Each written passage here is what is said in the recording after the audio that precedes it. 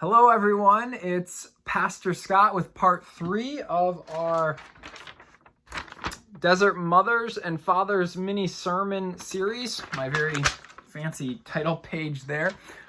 Before we dive into today's little lesson on the demon of acedia, I hope you all are doing well. This is a very interesting time to be a person who has just generally a loud and obnoxious personality like myself, especially when you're home a little bit more than normal. So I guess what I'm saying is please be praying for the spouses of people like me.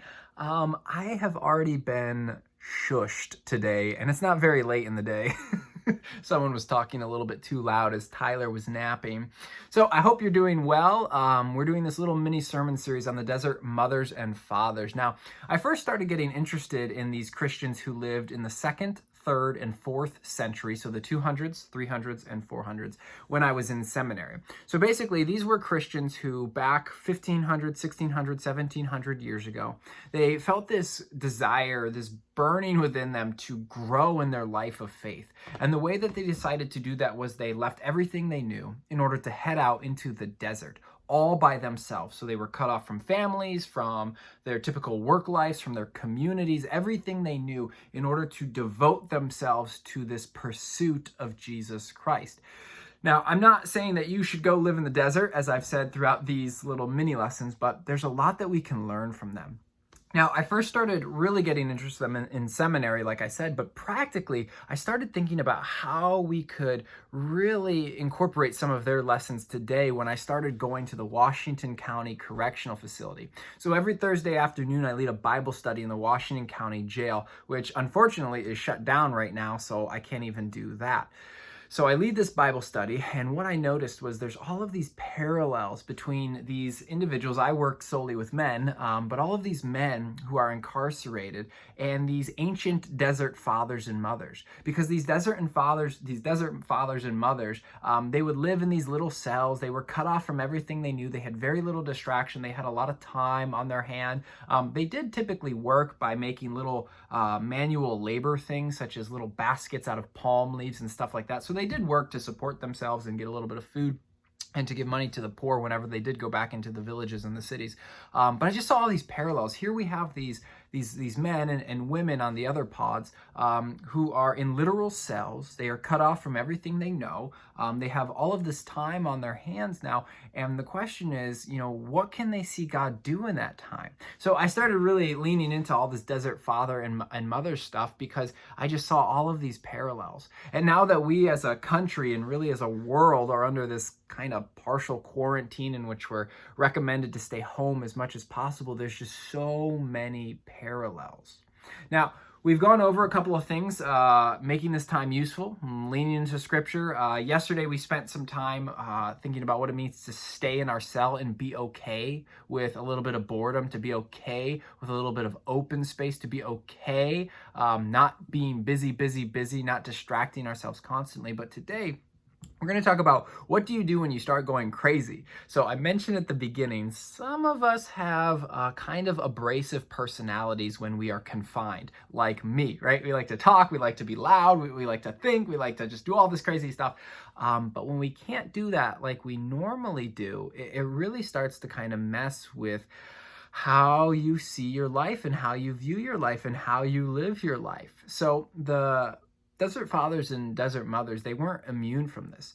They had what they called this demon of acedia. So it's A-C-E-D-I-A, the demon of acedia, that would plague them. And they called it the noontime demon because what they would find is around noontime, when the sun was just beating down on them in the desert, when they were feeling probably what we would call their circadian rhythm dropping, they found that they became rather listless, that they lacked any motivation. They lacked their care to do their work, to do their prayers.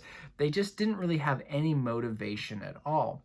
And so they called this the demon of acedia, which sometimes we reference as sloth. So the 7 deadly sins, sloth is one of them. But it wasn't this laziness. Kathleen Norris is a woman who's done a lot of work. She has a couple of books actually on acedia. She's done some work with this, and she defines it like this.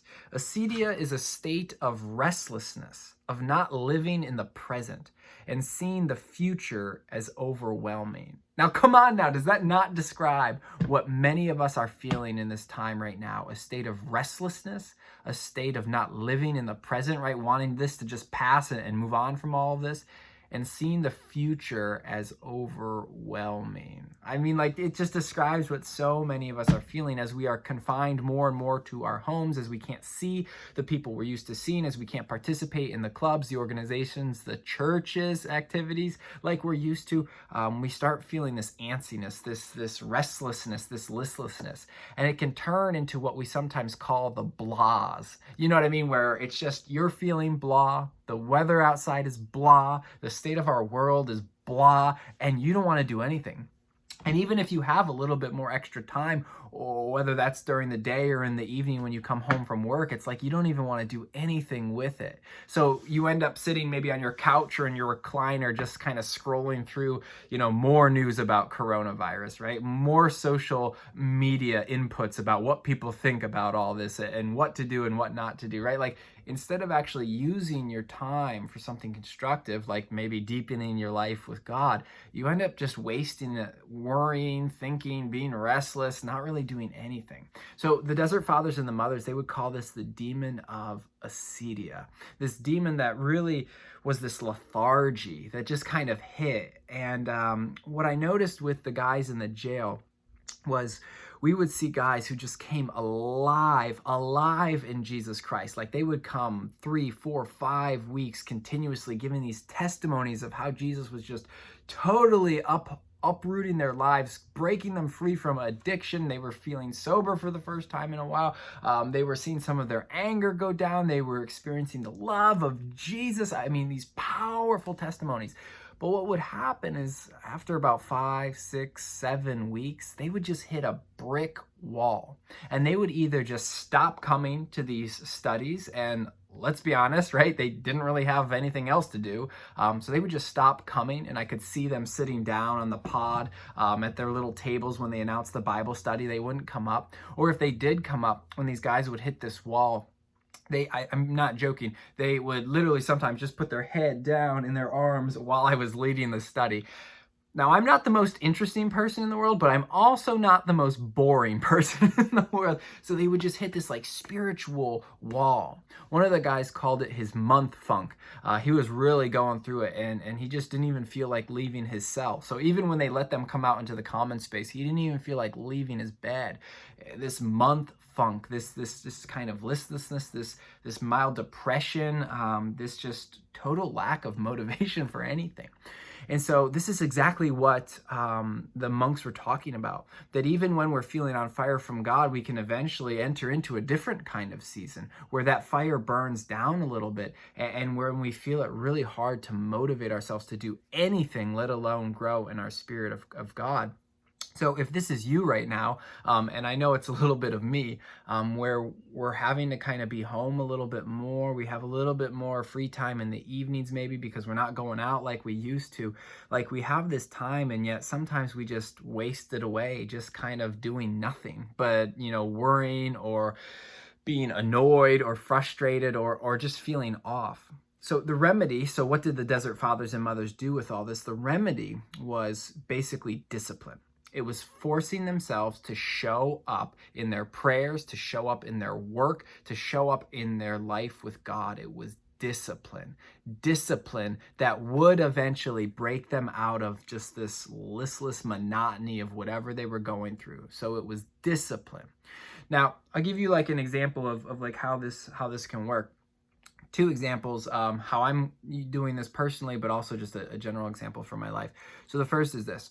Every morning, I do this really weird push-up breathing exercise. If Christy were here, she could imitate it. I think she kind of finds it a little bit annoying or just like bizarre. But every morning, within the first 10 minutes of waking up, I do this deep breathing exercise for 4 minutes. Then after those 4 minutes, I do an exhale, and I do as many push-ups as I can without breathing. Now, don't ask me why I do this. There's a number of supposed health benefits to it, but every day I do this. And it is literally the worst part of my day. Literally, I tell Christy, literally within 10 minutes of my day, I do the worst thing I'm going to do for the whole day, because it kind of feels like you're suffocating as you're doing these push-ups without breathing. It's terrible. But what I tell myself is I say, start the breathing and do one push-up. That's it. Just do one push-up. Because what ends up happening is once I do one push-up, I end up being like, well, I might as well 2 since I'm here. I might as well do 3. I might as well do 4. And soon I've done the number that I want to do. 600 for sure. But do you see what I mean? Like I really don't want to do it most days, but what I tell myself is just show up, just do 1. And almost always that 1 turns into 2, which turns into 3, which turns into 600 or however many I actually do. The point I'm making, and the point the Desert Fathers would have made, is that when we are combating the demon of acedia, it is that discipline. It is just showing up. It is opening up that scripture. It is, putting our hands together and just saying, here we go, God, please help me. I'm going to pray for at least 30 seconds. It's just showing up. So what I've done for myself during this little partial quarantine is I've created a little chart. I am going to reference this on Sunday, but basically a little chart. I have some goals I want to do for each day. I have 3 devotional times that I want to meet in the morning, in the afternoon, and in the early evening. Nothing crazy, like 10 minutes a piece. And I also want to do a little bit of exercise each day. So I have a little chart, and you can see I'm not perfect here, but it's a little chart that I use to make sure I'm showing up in these basic rhythms, to make sure I'm showing up in prayer, to make sure I'm showing up in exercise, to make sure I'm showing up in the ways God is calling me to. And it's that little bit of discipline that makes the difference when we feel blah, when we don't have any motivation, when we feel like we're hitting a brick wall, or we just don't want to do anything. That's how we combat the demon of acedia. So as we wrap up today, the application for you is if you were to make a chart of maybe 2 or 3 things that you want to do every day in order to deepen your spiritual life, what would they be? What would be on your chart? What would be your check boxes for the day? Now, on Sunday, I am going to address a little bit more of this kind of idea. We're going to expand it a little bit. But again, the basic principle is when we feel that stir craziness, when we feel ourselves losing our minds a little bit, when we're restless, when we just don't want to be in this present moment, in this present situation, to use discipline as a way of growing in our life of faith. So your application for today is what needs to be on your chart. Your maybe 2, your maybe 3 things that you're checking off each day in order to make sure that you are in fact growing in this time of faith, that you are growing in this time of deep trust, that you are growing in this time of uncertainty, growing in the life of Jesus Christ. So that's part 3. Tomorrow will be part 4 as we wrap up this little mini series on the Desert Mothers and the Desert Fathers. So we'll see you here tomorrow for our final lesson, which will reflect upon putting our utter and total trust in God.